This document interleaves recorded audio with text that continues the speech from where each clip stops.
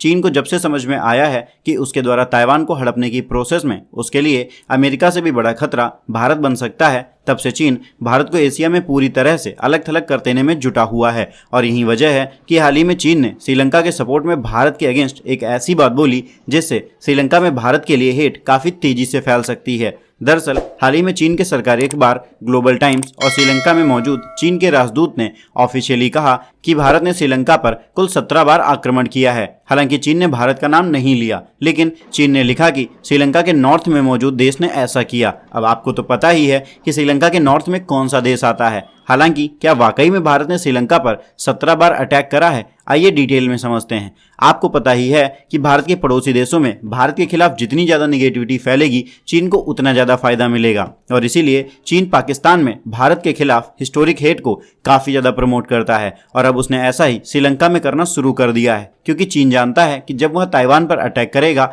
तो भारत का अग्रेशन उसके लिए 2 फ्रंट वॉर की सिचुएशन खड़ी कर देगा और उस सिचुएशन में चीन पूरी तरह से बर्बाद हो सकता है। हालांकि भारत की पॉलिसी रही है कि भारत पहले किसी भी देश पर अटैक नहीं करता, लेकिन हाल ही में इंडियन नेवी ने साफ किया कि उन्हें चीन से निपटने के लिए तीसरे एयरक्राफ्ट कैरियर की जरूरत है। वहीं दूसरी तरफ चीन को प्रेशर में रखने के लिए जापान और अमेरिका ने अपने डिफेंस स्ट्रैटेजी में भारत को जितना ज़्यादा मजबूत बनाया जा सके इसके बारे में डिटेल से डिस्कस करा। इसके साथ ही हाल ही में भारत ने श्रीलंका पर चीन की स्पाई शिप को लेकर बहुत ज़्यादा प्रेशर बनाया था। अब इन्हीं सारी चीज़ों की वजह से चीन अब तक केवल अमेरिका को दुनिया भर में बदनाम करने की कोशिश करता था, लेकिन अब उसने सेम डिप्लोमेटिक प्रोसेस भारत के अगेंस्ट भी शुरू कर दिया है। और आपको जानकर हैरानी होगी कि चीन ने भारत के द्वारा श्रीलंका पर जिस अटैक की बात करी है वो तकरीबन 1000 साल से भी पुराने हैं। और सबसे ज़्यादा मज़ेदार बात तो ये है कि तब भारत पूरा भारत था ही नहीं, क्योंकि यहाँ पर तमाम अलग अलग राजाओं का शासन था और श्रीलंका में भी कई अलग अलग राजा राज्य करते थे।